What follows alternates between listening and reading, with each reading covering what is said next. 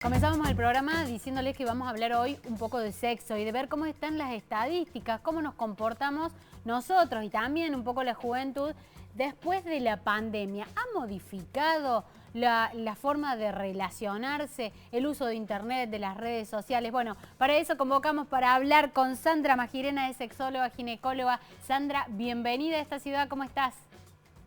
Hola, ¿qué tal? ¿Cómo están todos y todas? Muy bien. Bueno, Un Sandra, gusto de... sabemos que has estudiado y que tenés estadísticas para ver un poco qué ha pasado con las relaciones sexuales post pandemia y sobre todo qué ha pasado con los jóvenes en este sentido. Bueno, en realidad nosotros hicimos una investigación los primeros 6 meses de la pandemia con el grupo del Hospital Durán de la ciudad de Buenos Aires, con otros sexólogos, preguntándole a la gente, digamos, si habían modificado alguna de sus prácticas sexuales o cómo estaban enfocando este tema de la recomendación inicial que había dado el Ministerio de Salud del sexo virtual, ¿no? Porque en realidad todo empezó a surgir desde esa recomendación que devino del aislamiento obligatorio. Y nos enfocamos básicamente en personas convivientes y personas no convivientes y qué era lo que pasaba y cómo se modificaba el comportamiento sexual. En realidad, así a grandes rasgos lo que se vio es que la pandemia, como desde el punto de vista del encuentro sexual, se vieron jerarquizados todo lo que tenía que ver con en las caricias, en los encuentros íntimos, los abrazos, ¿no? Un poco también lo interpretamos relacionado con esta situación por la que atravesamos todas y todas las personas, que fue una sensación de peligro y de muerte, ¿no? Entonces es como que el humano tendió a buscarse en esta cuestión de la afectividad. Por supuesto que los aislamientos no se respetaron a rajatabla en el tema de los encuentros y sí se vio que aquellas parejas que estaban en una condición de vulnerabilidad o no era una pareja muy estable, aumentaron los números de separaciones y divorcios. Y otro dato muy curioso e interesante fue que las que mejor lo pasaron fueron las mujeres adultas que estaban solas, porque fue un espacio que invitó a el autoconocimiento, el autoerotismo. De hecho, de ahí fue una explosión la venta y la difusión de los juguetes eróticos sexuales para mujeres, básicamente, porque vimos que aumentó todo esto. Básicamente nuestra investigación no se dedicó a la población adolescente. Lo que sí te puedo decir respecto a la población adolescente es que la pandemia dejó bastantes secuelas respecto a problemas de conducta, de atención, cuadros de depresión, inclusive en algunos casos hasta aumento de las tasas de suicidio.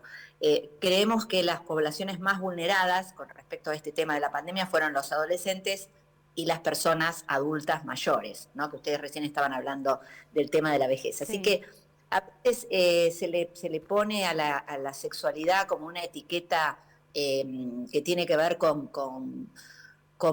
ponerle etiquetas que la banalizan, y en realidad la sexualidad es una función que nos permite conectarnos con el placer y la afectividad con otras personas. Entonces, tener en cuenta esto, ¿no? Momento de tensión, de riesgo de muerte, de enfermedad, de contagio, nos puso un poco más, más cachondos, más afectivos, más del mimo, del abrazo, ¿no? Del encuentro en la intimidad más amoroso. Sandra, ¿y qué pasó después de la pandemia, digamos? ¿Qué pasó con el deseo, con el placer? Volvimos a la rutina, salir al trabajo, tal vez no estar tanto en contacto.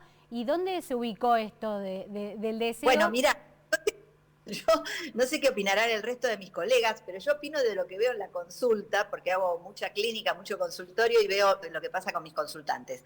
Cuando se termina la pandemia, pasa un fenómeno así como que salir, que se termina el mundo y se empezaron a abrir y empezaron a haber recitales y reuniones y más encuentros sexuales.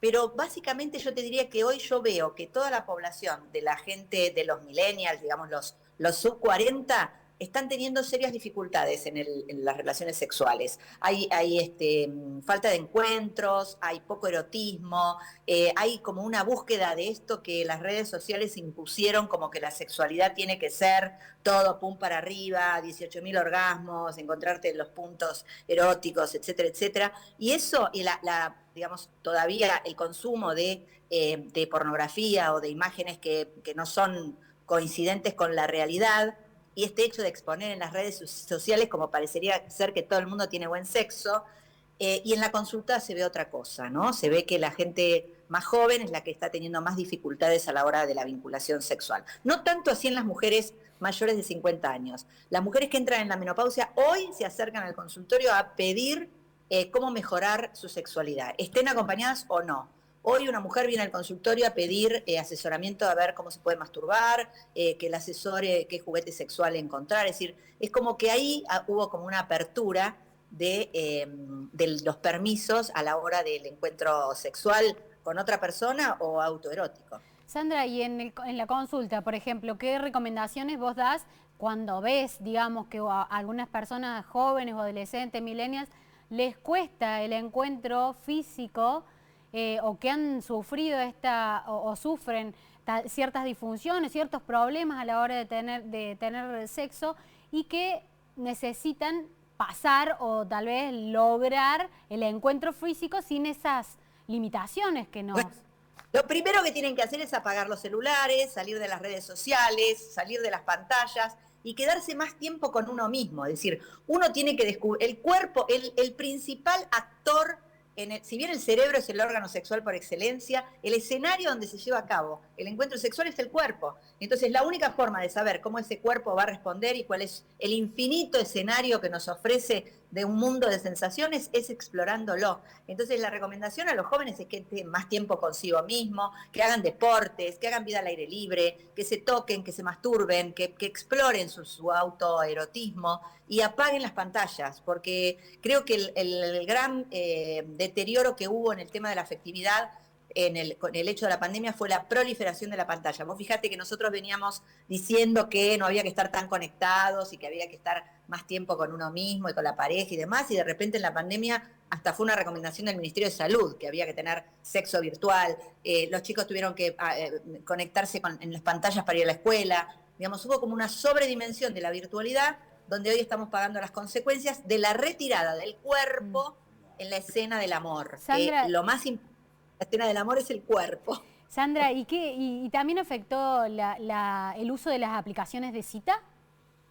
¿Afecta Bueno, o el uso no? de la aplicación de cita depende mucho de cómo la use y de quién la use, digamos. A ver, yo creo que las aplicaciones de cita han tenido han sido muy saludables para muchas personas que no se animaban o que no tenían posibilidades de salir. Siempre es lo mismo, ¿no? Cómo vos haces el uso racional de la tecnología.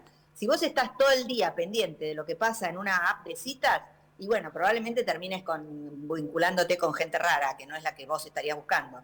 Pero si vos haces un uso racional de las aplicaciones de citas, no lo veo mal. Es más, tengo muchas consultantes que han encontrado sus parejas a partir de las aplicaciones de citas. Pero es todo lo mismo, digamos. Hacer un uso racional de la tecnología y ponerle más escenario al cuerpo. Suelo decir en mis charlas cuando hablo de la diferencia en estos últimos 70 años del zaguán al Satisfyer, ¿no? Es decir, nosotros íbamos a bailar, teníamos que esperar que nos saquen a bailar, después venían los lentos, después tenías que esperar que te llame por teléfono la persona con la cual habías macheado, y durante todo ese tiempo donde no había un contacto tecnológico, tu cerebro estaba erotizándose permanentemente. Tu cerebro y tu cuerpo estaban generando química. Y cuando llegaba el encuentro, todo eso era satisfactorio y placentero porque había toda una preparación. Ahora, el hecho de estar todo el tiempo pendiente de una pantalla, de una red social, es muy ansiógena. Las redes sociales generan mucha ansiedad. Hay gente que vive pendiente de la cantidad de seguidores, de los likes que le ponen. Eso genera ansiedad. Y la ansiedad es el principal enemigo de la respuesta sexual saludable. Para tener buen sexo tenés que estar relajada, feliz, tranquila. Es un juego. Y para ir a jugar tenés que estar bien predispuesta y con el cuerpo en escena. Sandra, muchísimas gracias. Nos dejaste abierto todo para disfrutar de este fin de semana. Excelente nota de viernes para salir, como dice Sandra, a jugar, a probar y a disfrutar. Viernes de cucharita. Hoy es viernes de cucharita, así que todo el mundo a explorarse. Muchas gracias, Sandra. Nos vemos la próxima. Hasta Listo, luego. Gracias. Lo dijo Sandra, no lo decimos nosotros. Es viernes de cucharita.